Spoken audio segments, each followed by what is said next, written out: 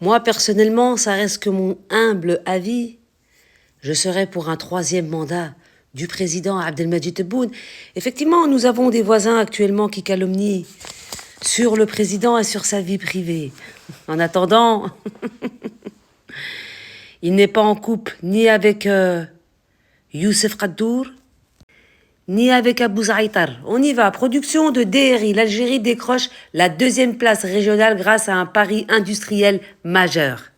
L'Algérie s'impose désormais comme un acteur incontournable du développement de fer produit, DRI, dans la région Moyen-Orient et Afrique du Nord, MENA, grâce à des projets en cours dotés de capacités globales d'environ 5 millions de tonnes par an. Le pays consolide sa position parmi les nations les plus engagées dans la transition vers une industrie sidérurgique à faible émission, et ce qui ressort d'un rapport de la plateforme Global Energy Monitor.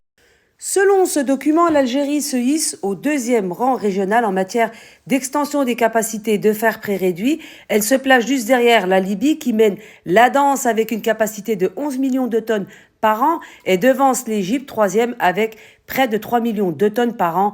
Un podium qui témoigne d'une accélération notable de cette industrie verte dans la région.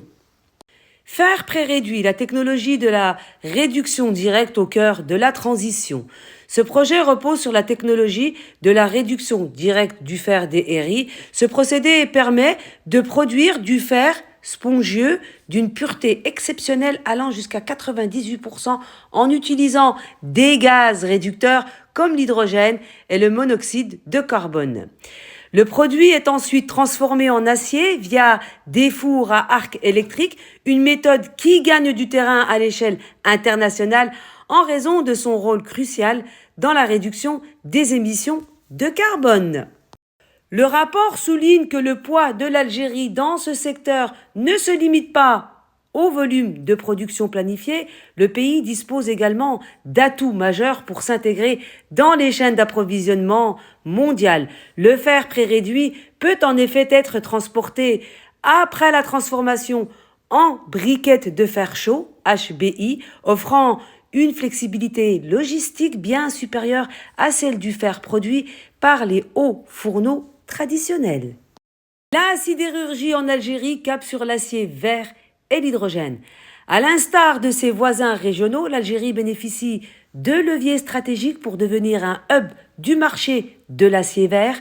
Le déploiement massif des énergies renouvelables, notamment le solaire et l'éolien, devrait permettre de réduire les coûts de production et de soutenir efficacement la décarbonisation industrielle.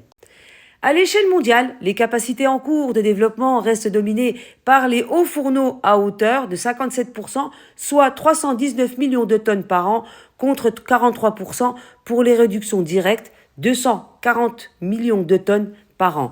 Toutefois, les experts prévoient une augmentation significative de cette seconde catégorie si les projets annoncés se concrétisent. Et pour terminer, l'intégration de l'hydrogène, en particulier l'hydrogène vert, dans les processus de réduction directe s'impose comme la tendance forte du secteur. Le rapport estime que près de 19% des futures capacités mondiales dépendront de cette ressource, marquant un tournant décisif vers une sidérurgie plus propre. Quant aux voisins, vous pouvez toujours vous moquer du président Abdelmadjid Tebboune, dire qu'il vous fait rire. En attendant, l'Algérie avance, vous stagnez, vous rigolez sur les réseaux sociaux, vous diffamez et vous calomniez sur la vie privée du président Abdelmadjid Tebboune. Occupez-vous de votre pays, occupez-vous de Mohamed Sadis et de sa petite vie privée avec Youssef Kaddour et Abou Zaïtar. Sur ce, je vous dis à la prochaine vidéo. Ah oui, pour ceux qui ne sont pas abonnés, abonnez-vous, likez, commentez et partagez les vidéos, s'il vous plaît.